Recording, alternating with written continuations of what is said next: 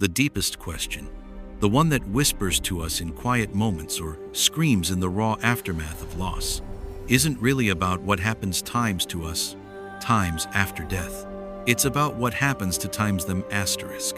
More specifically, it's about whether they are still, in some fundamental way, connected to us. The profound yearning isn't for an abstract heaven or a peaceful oblivion, but for a reunion, for the faces we miss, the voices we long to hear again, the touch we remember. It's the question of whether our loved ones, those who have walked on ahead, are simply gone, or if they are in fact waiting. This isn't just a comfort or a hope.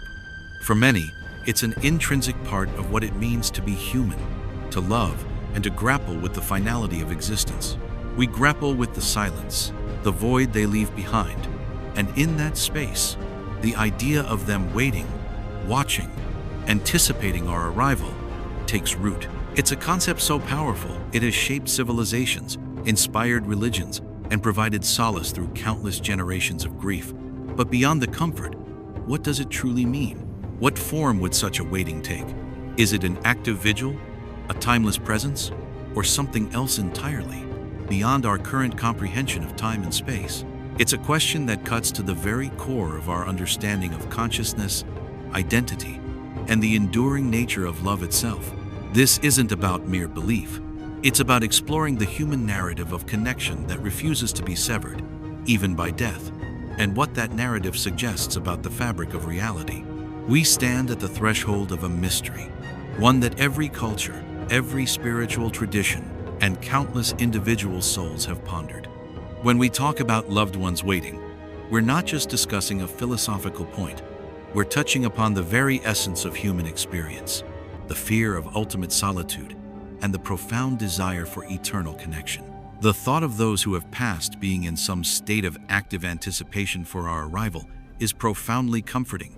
Yet it also raises a myriad of other questions. Are they aware of our lives now, the struggles and joys we navigate in their absence? Do they perceive time as we do? Or is their waiting a timeless state, perhaps even outside the linear progression we understand? This concept isn't monolithic. It shifts and takes on different forms across belief systems, yet the core sentiment remains strikingly similar. The journey beyond isn't necessarily a solitary one. It's a journey toward reunion. Consider for a moment the sheer diversity of human perspectives on this very topic.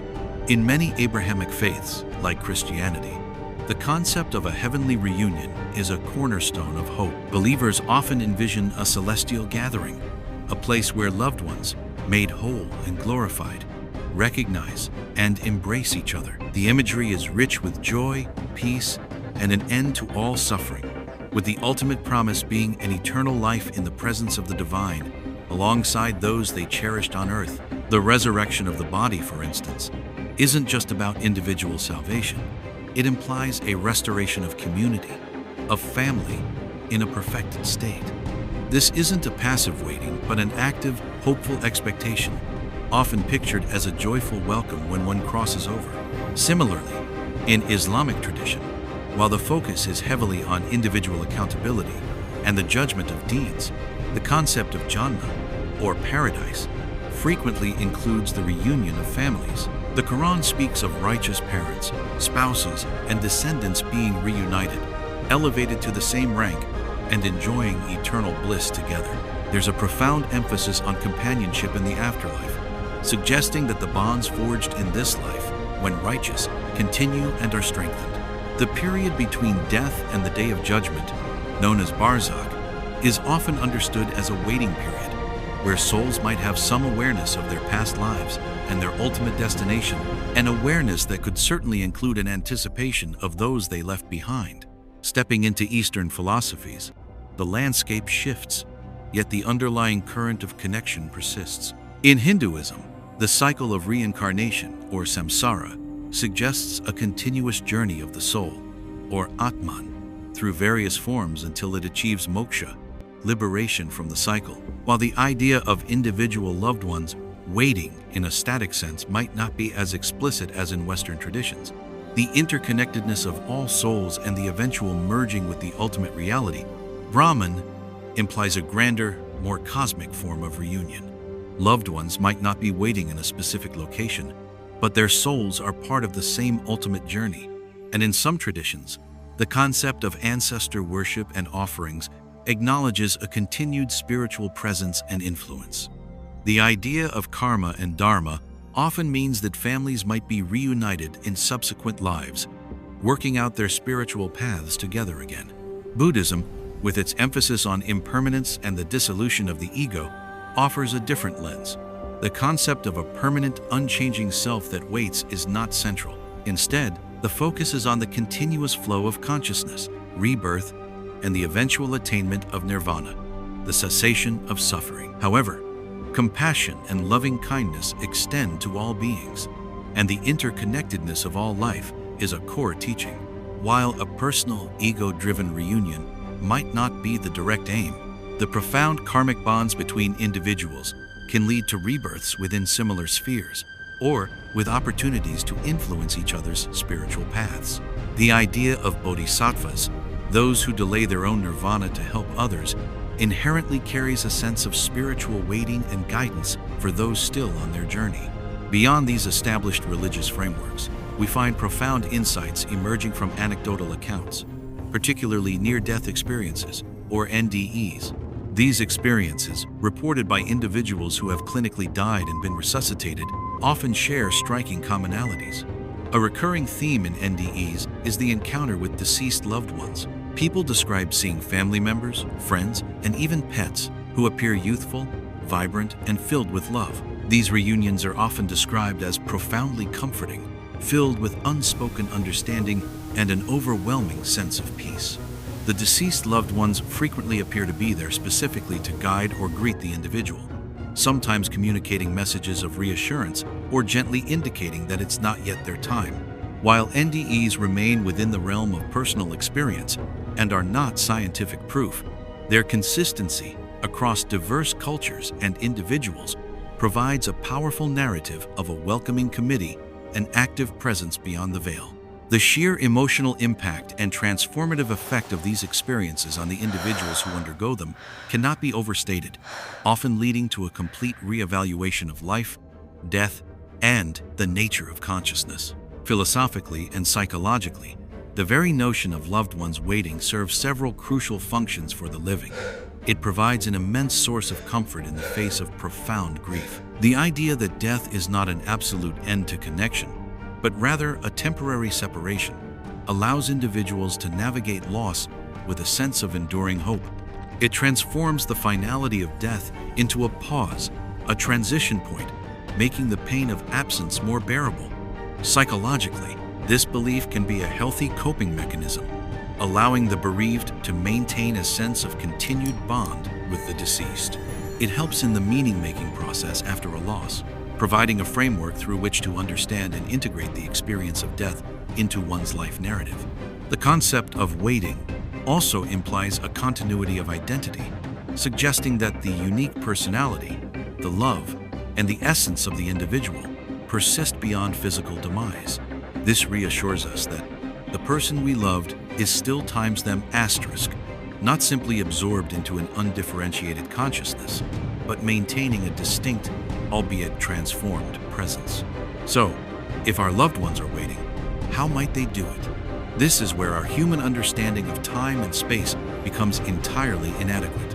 For us, waiting implies a linear progression, a clock ticking, but in many spiritual conceptions of the afterlife, time is experienced differently, if it exists at all, in the way we comprehend it. It could be that their waiting is not a temporal process, but rather a state of being, an eternal present where our separation is perceived not as an endless void, but as a momentary delay from a timeless perspective.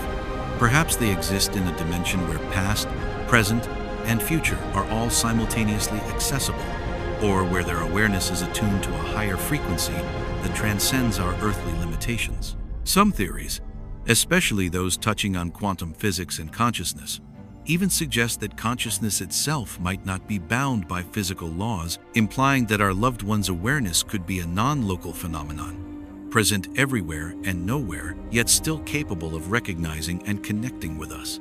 This is where the profound mystery truly deepens, asking us to shed our conventional understanding and embrace possibilities beyond our current scientific grasp. The why behind this pervasive human belief in waiting loved ones is perhaps even more compelling. It speaks to an intrinsic human need for purpose, meaning, and connection that transcends the biological imperative. Love, arguably the most powerful human emotion, seems to resist the notion of absolute annihilation. If love is real, if our bonds are genuine, then the idea that death erases them completely feels fundamentally at odds with our deepest intuitions. The belief that loved ones are waiting reinforces the idea that love itself is eternal, a force that continues to bind us even across the greatest divide. It gives meaning to our present lives, knowing that our actions, our growth, our very existence are somehow observed or anticipated by those who cherish us from another plane. It encourages us to live lives worthy of that eventual reunion, to carry on their legacy, and to prepare ourselves for whatever lies beyond. This isn't about blind faith alone. It's about the profound psychological and spiritual sustenance this belief provides, enabling individuals to endure sorrow and find purpose in the face of impermanence. What if, however, this isn't the case? What if there is no conscious waiting, no specific reunion? Humanity, in its resilience, still finds ways to cope. Even in the absence of a literal reunion, loved ones live on in our memories, in the stories we tell, in the impact they had on our lives, and in the ripple effects of their existence that continue to shape the world. Legacy, the continuation of their values and influence, becomes a form of immortality. But the yearning for a more personal, conscious connection, for them to actually times be their asterisk, remains a deeply ingrained hope. It's a testament to the power of human attachment, a refusal to believe that the profound connections forged in life are simply extinguished. Ultimately, the question of whether our loved ones are waiting for us after death is one that speaks to the very core of our being, touching on our deepest hopes, our most profound fears, and our unyielding desire for connection. It's a question that transcends simple religious doctrine, becoming a universal human inquiry into the nature of existence, consciousness, and the enduring power of love. The responses humanity has crafted, from detailed theological frameworks to the compelling narratives of NDEs, all point towards a compelling narrative.